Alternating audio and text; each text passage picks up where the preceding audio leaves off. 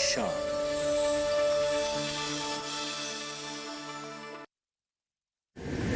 माँ कब आएगा? अभी आएगा। अरे बोलो ना माँ, कब आएगा? बोला ना, अभी आ जाएगा। ये ले, आ गया कुआं। अरे कुआं नहीं माँ, हमारे घर नल से जल कब आएगा? नल से जल? अरे गुड्डी, बहुत जल्दी आएगा पानी। जल जीवन मिशन आ चुका है। हम 1 कदम उठाएंगे तो सरकार 10 कदम उठाएगी। सच? तुम्हारे मुंह में घी शक्कर। घी शक्कर नहीं माँ, स्वच्छ जल। 2024 तक देश के सभी 19 करोड़ घरों में पहुंचेगा पीने का साफ पानी। अब होगा हर घर जल। जल जीवन मिशन, जल शक्ति मंत्रालय, भारत सरकार।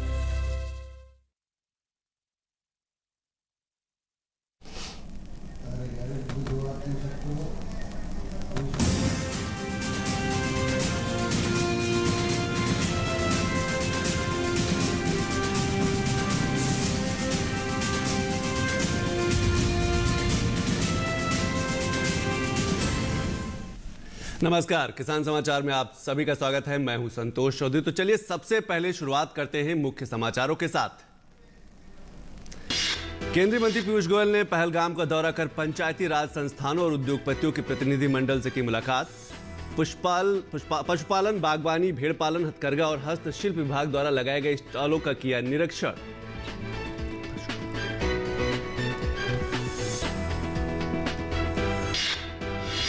केंद्रीय मंत्री डॉक्टर जितेंद्र सिंह ने कहा कि पूर्वोत्तर क्षेत्र को भारत के जैव आर्थिक केंद्र के रूप में किया जाएगा विकसित। केंद्रीय मंत्री ने फसल, फल और पादप अनुसंधान में डीबीटी परियोजनाओं की समीक्षा करने के लिए इम्फाल के जैव संसाधन एवं सतत विकास संस्थान का किया दौरा।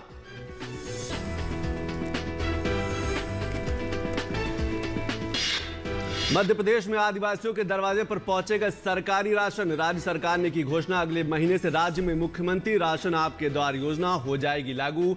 ऐसे गांवों में वाहनों के जरिए राशन पहुंचाया जाएगा जहां उचित दर की दुकान नहीं है।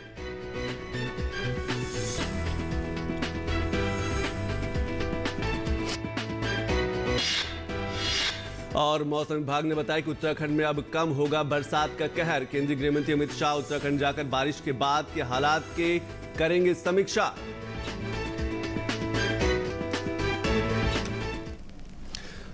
जी चलिए खबरों को विस्तार से देखते हैं और बात करते हैं पहलगाम की। केंद्रीय मंत्री ने पंचायती राज संस्थानों का दौरा किया है, वहां पर उन लोगों से मुलाकात की है।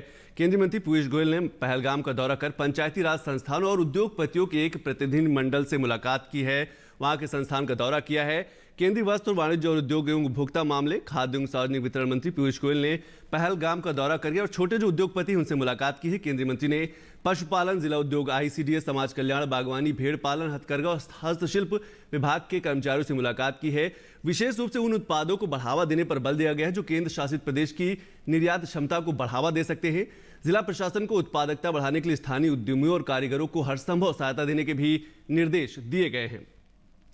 उन्होंने जिला प्रशासन को पहलगाम में होम स्टे पर्यटन की योजना बनाने का निर्देश दिया ताकि प्रत्यक्ष और अप्रत्यक्ष तरीके से रोजगार भी बढ़ाया जा सके, जो स्थानीय अर्थव्यवस्था को बढ़ावा देगा और पहलगाम की पर्यटन क्षमता को भी लगातार बढ़ाएगा। और केंद्रीय मंत्री डॉक्टर जितेंद्र सिंह ने कहा कि पूर्वोत्तर क्षेत्र भारत के जैव आर्थिक केंद्र के रूप में विकसित होगा। उन्होंने कहा कि पूर्वी हिमालय क्षेत्र विशाल जैव विविधता समृद्ध क्षेत्र है और विश्व के 34 जैव विविधता केंद्रों में से एक है। केंद्रीय मंत्री ने कहा कि इन अमूल्य आनुवांशिक संसाधनों का जैव प्रौद्योगिकी के माध्यम से इस क्षेत्र के आर्थिक वृद्धि में उपयोग करने की आवश्यकता है। डॉक्टर जितेंद्र सिंह ने इम्फाल में जैव संसाधन और सतत विकास संस्थान का दौरा करने के बाद ये बात कही। उन्होंने कहा कि एनडीए सरकार के लगातार और बार बार ध्यान दिए जाने के कारण भारत 2025 तक वैश्विक जैव विनिर्माण केंद्र के रूप में पहचाना जाएगा और विश्व के प्रमुख 5 देशों में इसकी गिनती होगी। उन्होंने कहा कि भारत की जैव अर्थव्यवस्था मौजूदा 70 अरब डॉलर से बढ़कर वर्ष 2025 तक 150 अरब डॉलर के लक्ष्य को हासिल करने की दिशा में आगे बढ़ रही है और ये 2024-25 तक भारत की 50 खरब डॉलर की अर्थव्यवस्था की कल्पना को साकार करने में महत्वपूर्ण योगदान करेगी।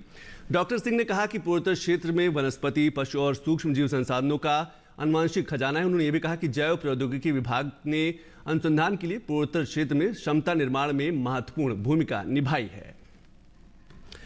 और बात करेंगे मध्य प्रदेश की। मध्य प्रदेश सरकार ने घोषणा की है कि अगले महीने से राज्य में मुख्यमंत्री राशन आपके द्वार योजना लागू हो जाएगी और इसका सीधा फायदा जो ग्रामीण क्षेत्र के लोग हैं उनको मिलेगा। मध्य प्रदेश में शिवराज कैबिनेट ने एक अहम फैसला लिया है जिसके तहत मुख्यमंत्री राशन आपके द्वार योजना को लागू किया गया है। आदिवासी पात्र परिवारों को उनके गांव में ही राशन देने की योजना को भी मंजूरी दी गई है, यानी कि दूर दराज के जो क्षेत्र हैं, जो आदिवासी क्षेत्र हैं, वहां तक राशन पहुंचाया जाएगा। इस योजना का नाम मुख्यमंत्री राशन आपके द्वार रखा गया है और इसके आदिवासी विकास खंडों में नवंबर 2021 से ये योजना लागू हो जाएगी। उसका सीधा जो फायदा है आदिवासी क्षेत्रों को मिलेगा, ग्रामीण क्षेत्रों को मिलेगा।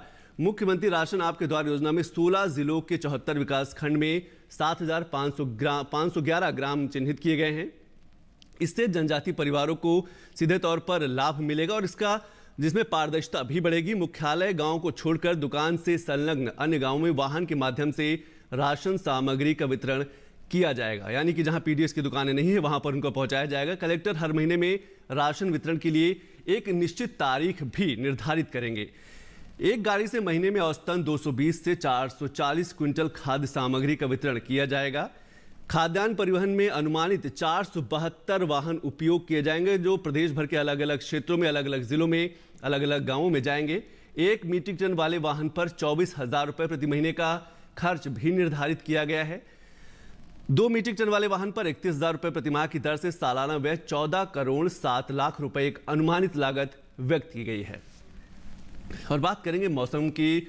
मौसम विभाग ने उत्तराखंड में आज से बारिश के कहर में कुछ कमी आने की संभावना जताई है। बीते 2-3 दिन में राज्य में हुई भारी बरसात के चलते जान माल का बड़ा नुकसान हुआ है। अतिवृष्टि और उसके कारण हुई घटनाओं के कारण पूरे प्रदेश से करीब 40 लोगों के हताहत होने की सूचना है। नैनीताल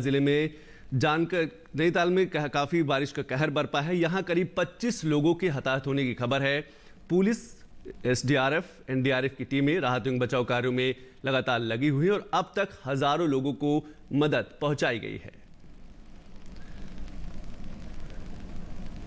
और इस बीच प्रधानमंत्री नरेंद्र मोदी ने उत्तराखंड में जानमाल के नुकसान पर दुख व्यक्त किया है। एक ट्वीट में उन्होंने कहा कि घायल जल्द ठीक हो जाएं, प्रभावितों की मदद के लिए बचाव अभियान जारी है। मैं सभी की सुरक्षा और कल्याण के लिए प्रार्थना करता हूं।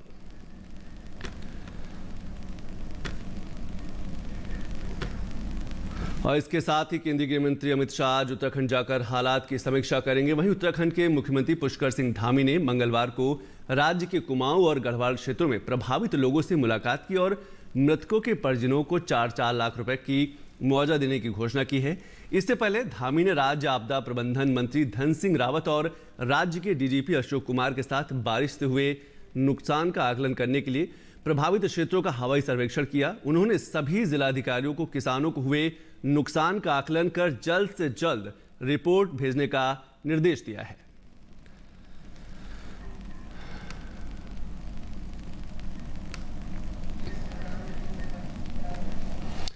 और देश की पूरी राज्यों में पिछले कई दिनों से जारी मूसलाधार बारिश पर आज से राहत मिलने की उम्मीद है। मौसम विभाग ने पूरी भारत में बारिश की गतिविधियों में कमी होने की उम्मीद जताई, लेकिन मौसम विभाग ने केरल के 11 जिलों में ऑरेंज अलर्ट जारी किया है। वहीं तमिलनाडु और पुडुचेरी के लिए येलो अलर्ट जारी किया गया है। वहीं बंगाल की खाड़ी से चलने वाली तेज दक्षिणी और दक्षिणी पूर्वी हवाओं के चलते उत्तर पूर्वी भारत में 21 अक्टूबर तक भारी बारिश का अनुमान जताया गया है।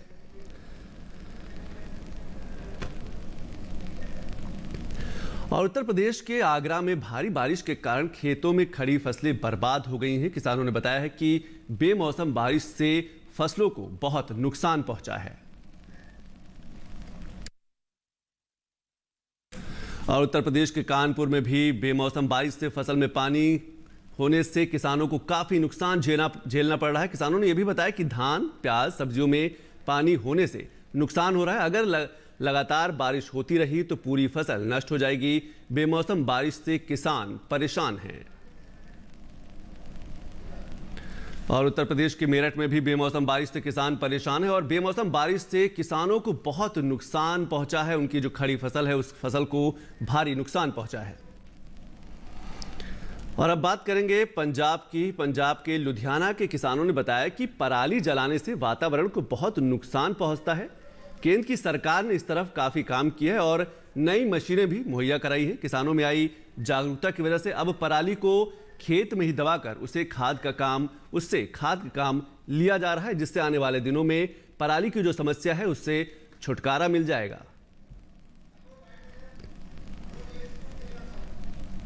आप पराली को आग ना लगाएं, उसकी पीछे गवर्नमेंट ने भी काफी स्कीमा चला रखी है, बहुत स्कीमा चला रखी हैं, सब्सिडी भी चला रखी है। कम से कम 50% गवर्नमेंट मशीना के उत्ते उन्होंने दिती है सब्सिडी। ऐसा मत करिए, आप गांव को वातावरण, अपने बच्चों को, घर को, इनको जानवरों को, अपने जो भैंस बकरियां रखे हुए हैं, गायें रखी हैं, उनके ऊपर भी असर पड़ता है। दूध देने में भी गांव के भैंसों को भी फर्क पड़ रहा है जब ऐसा करेंगे। नाले पराली का बहुत, एक तो इसको अब खाद भी बनती है, खाद तो बनती है, दूसरा आप इसको काट के सुखा के भैंसों को चुराने के लिए भी उसको काफी आती है। जैसे अभी 150-200 मण, 150-200 रुपये मण हो गया जी तूड़ी का भाव। तूड़ी का भाव इतना बढ़ने से पराली उसमें भी काम आती है। क्यों जलाते हैं? इनको सुखा के तुम रख लो, जाके घर पे या अपने खेत में कहीं भी इनकी अपन उसको लगा लो। जैसे अपन तूड़ी का कुप बनाते हैं ना जी, इसका भी कुप बन जाता है। और जो उसकी पराली बच जाती है उसको हमारे पास जो एक मल्चर है, मल्चर के साथ उसको हम मल्चर कर देते हैं, उसका बूरा बना देते हैं।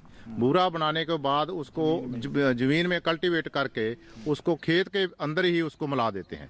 वो जो उसकी जो पराली है उसके जो तत्व हैं वो बाहर नहीं जाते, वो जमीन में के अंदर ही अब्जॉर्ब हो जाते हैं। तो उसके साथ हमें जब दोबारा कोई फसल बीजते हैं वो तत्व खाद के रूप पे उसको फसल को दोबारा लगते हैं, दोबारा फिर उसका बेनिफिट। ये हम सीधी बिजाई हम कर रहे हैं, तीन साल हो गए हैं हमें। पराली को आग नहीं लगाते? हमने पराली को आग पहले भी नहीं लगवाई। इस बार हमने देखा है कि भी सरकार के सतत जो प्रयास हैं उनकी वजह से, एनजीटी की मॉनिटरिंग की वजह से और सारा जो रिमोट सेंसिंग की वजह से जो मॉनिटरिंग हो रही है उसकी वजह से लोगों के अंदर इसका रुझान कम हुआ है पराली जलाने का। और इसके लिए काफ़ी मल्टी प्रोंग्ड स्ट्रेटजी रही है। सबसे पहली बात तो ये है कि किसान भाइयों का ये कहना रहता है हर बार कि इसको मैनेजमेंट के लिए हमारे पास जो पैडी स्ट्रॉ है, प्रॉपर मशीनरी नहीं है। तो लुधियाना ज़िला में केंद्र सरकार और पंजाब सरकार की जो सब्सिडी आई है उसके तहत पिछले साल तक हमारे पास 4840 मशीनें जो हैं बांटी जा चुकी थी सब्सिडी पे, और इस बार हमने 600 मशीनें और बांटी हैं। कुल 5400 मशीन जो हैं वो बांटी जा चुकी हैं। और इसमें भी प्रेफरेंस जो है प्राइमरी एग्रीकल्चर कोऑपरेटिव सोसाइटी, किसान समूह जो और पंचायतों को दी गई हैं ताकि साझे रूप में इनका ज़्यादा प्रयोग हो सके। और इसके अलावा कुछ इंडिविजुअल किसानों को भी दी गई हैं। इनकी अब तक 54 करोड़ रुपये की लागत से सारा कार्य किया गया। तो आने वाले दिनों में पराली की समस्या ना बढ़े, इसको लेकर किसानों को जागरूक किया जा रहा है, क्योंकि जैसे जैसे जाड़ा बढ़ेगा पराली की समस्या बढ़ेगी और प्रदूषण बढ़ता जाएगा। इसलिए किसानों को जागरूक करना बेहद ज़रूरी है। और अब बात करते हैं अहमदाबाद की। अहमदाबाद के ग्राम विस्तार की महिलाएं आर्थिक रूप से मजबूत हो रही और अपने सपनों की उड़ान भर रही हैं। राष्ट्रीय ग्रामीण आजीविका मिशन से जुड़ी महिलाएं आत्मनिर्भरता की मिसाल पेश कर रही हैं।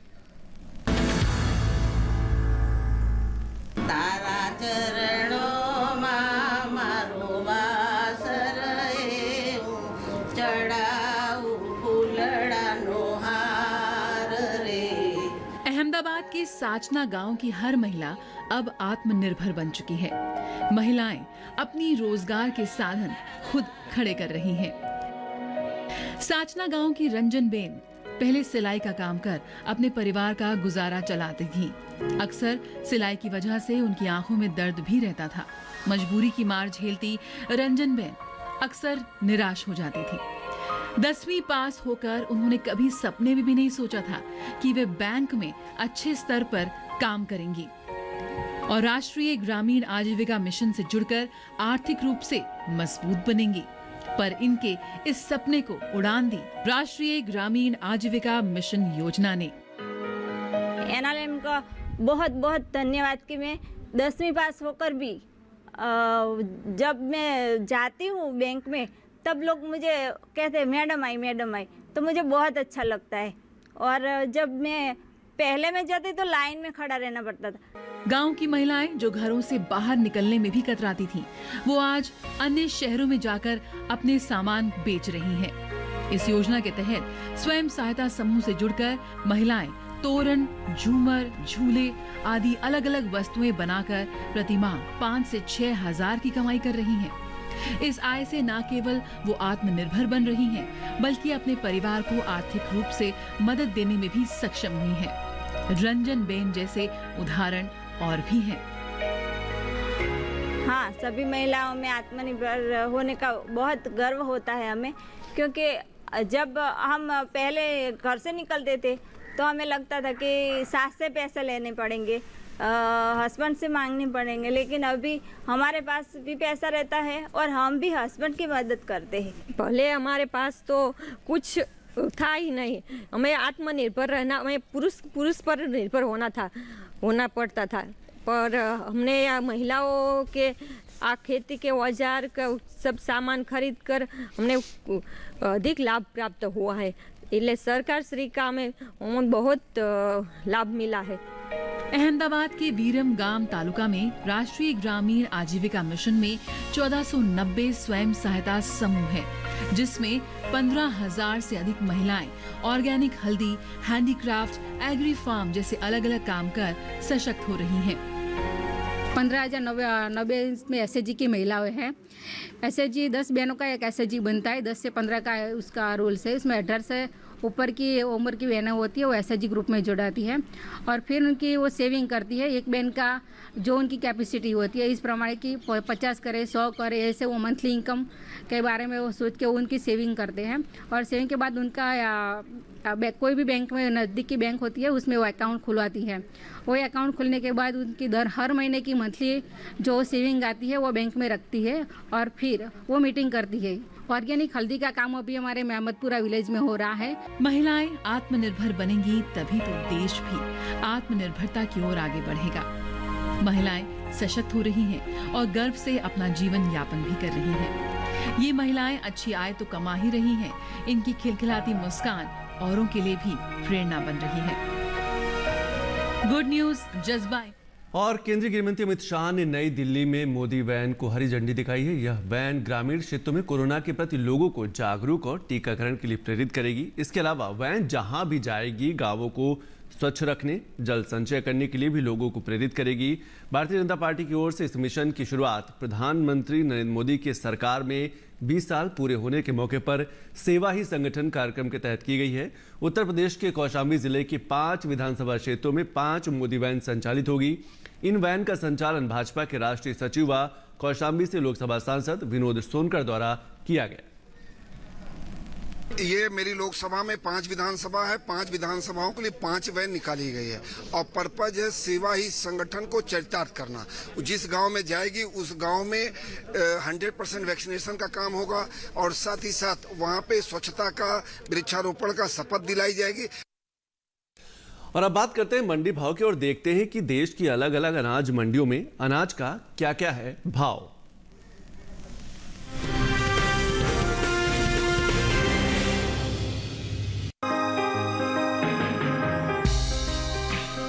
देश से होने वाले गेहूं के निर्यात में लगातार इजाफा हो रहा है। इस साल देश से होने वाला गेहूं का निर्यात पिछले साल के मुकाबले कई गुना बढ़ा है।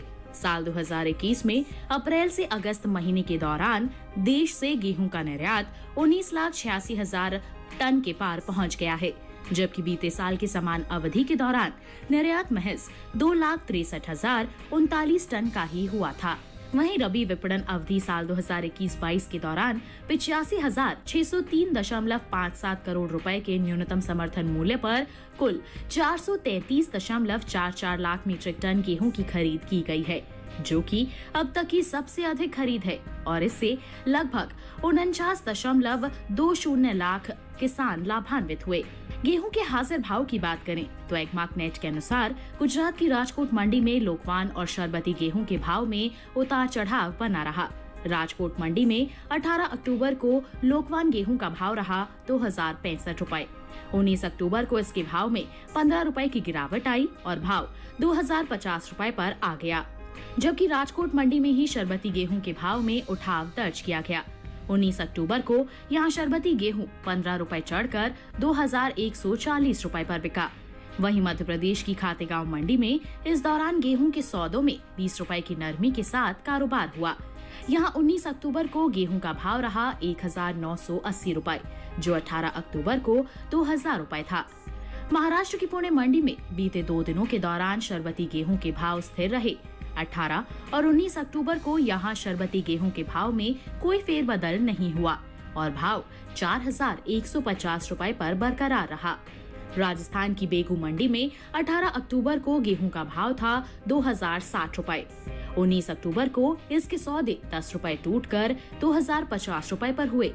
हालांकि राज्य की ही लालसोट मंडी में गेहूं के भाव में हल्की बढ़त दर्ज की गई। मंगलवार को यहां गेहूं का भाव 2 रुपए चढ़कर 1999 रुपए पर आ गया। बता दें कि कृषि मंत्रालय ने 2021-22 के दौरान मुख्य खरीफ फसलों के पहले अग्रिम अनुमान को जारी किया है। घरेलू स्तर पर खाद्यान्न की पैदावार साल 2021-22 के दौरान रिकॉर्ड स्तर पर जा सकती है, जिसका असर कृषि उपज मंडियों में गेहूं के भाव पर देखने को मिल सकता है। कृषि मंत्रालय की ओर से जारी पहले अग्रिम अनुमान के अनुसार साल 2021-22 के दौरान देश में कुल खाद्यान्न की रिकॉर्ड पैदावार 150.50 मिलियन टन होने का अनुमान है, जो बीते 5 सालों यानी साल 2015-16 से 2019-20 के औसत खाद्यान्न उत्पादन की तुलना में 12.71 मिलियन टन अधिक है।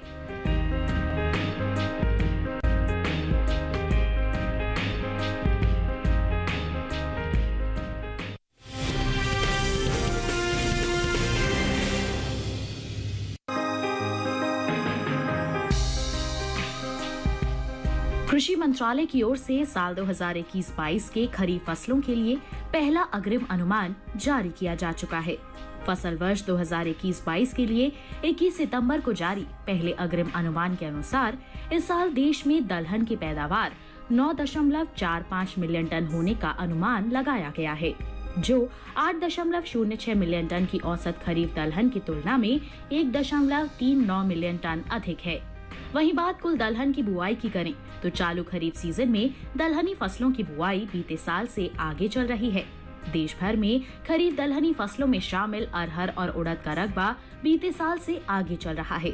कृषि मंत्रालय के साल 2021 के 17 सितंबर तक के लिए जारी ताज़ा आंकड़ों के अनुसार चालू खरीफ सीजन में दलहनी फसलों की बुआई 2,83,000 हेक्टेयर बढ़कर 1,40,72,000 हेक्टेयर में हो चुकी है, जो बीते साल की समान अवधि के दौरान 1,37,89,000 हेक्टेयर रही थी। प्रमुख दलहनी फसल चने की बात करें तो इन दिनों ज्यादातर कृषि उपज मंडियों में चने की आवक सामान्य है।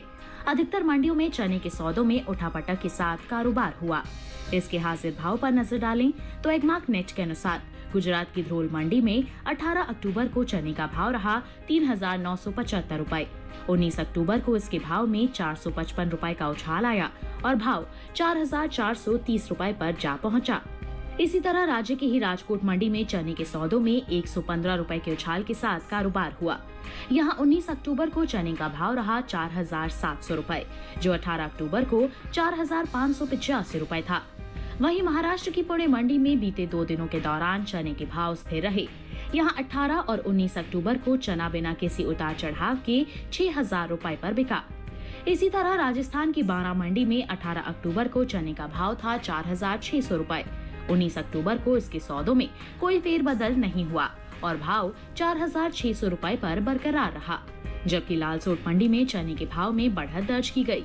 यहां 18 अक्टूबर को चने का भाव रहा 4,710 रुपए। 19 अक्टूबर को इसके भाव में 140 रुपए का उछाल आया और भाव जा पहुंचा 4,850 रुपए पर। उत्तर प्रदेश की नौगढ़ मंडी में सोमवार को चने का भाव रहा 5,620 रुपए। मंगलवार को इसके भाव में 90 रुपए की गिरावट आई और भाव हो गया 5,530 रुपए।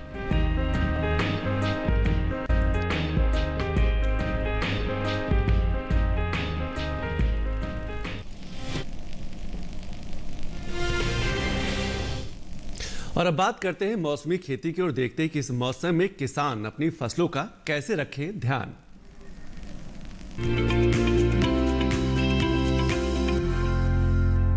छत्तीसगढ़ के उत्तरी पहाड़ी क्षेत्र में ज्यादातर जगह धान कटाई के लिए तैयार है। साफ मौसम को देखते हुए किसान धान की कटाई करें और सुरक्षित स्थान पर रखें ताकि खराब मौसम होने पर फसल बर्बाद न हो। धान के पकने के समय खेत में ज्यादा जलभराव करना उचित नहीं है। धान की फसल में इन दिनों तना भेदक का खतरा है। इस समय टिड्डियों का प्रकोप भी हो सकता है। छत्तीसगढ़ के कुछ हिस्सों में बारिश का मौसम हो सकता है, इसलिए यहाँ धान की बालियों में घुन लग सकता है।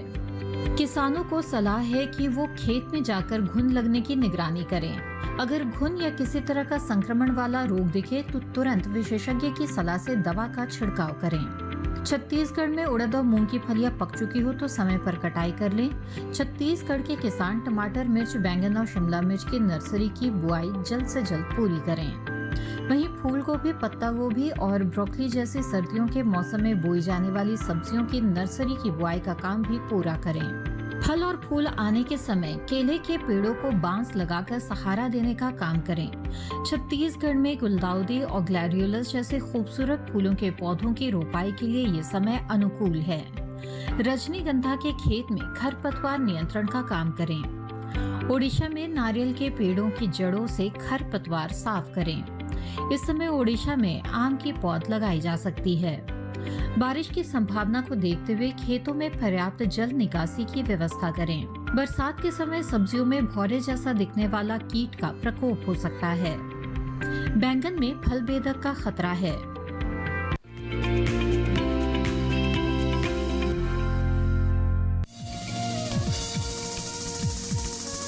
ये समय लाल मूली की बुआई के लिए काफी बेहतर है।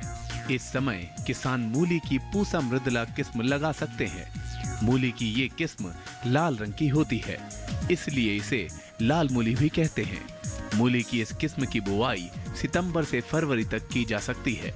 खास बात ये है कि ये किस्म सारे भारत में लगाई जा सकती है।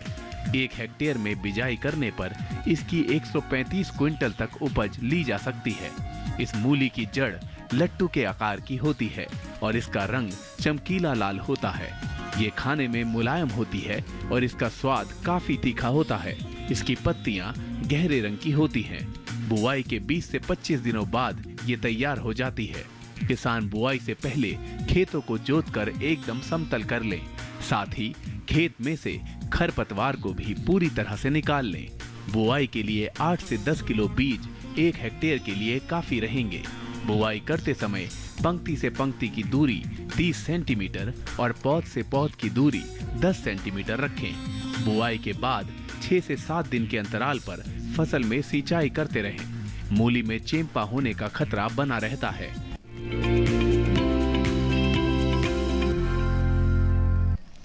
तो इन्हीं खबरों के साथ किसान समाचार में अभी बस इतना ही। नमस्कार।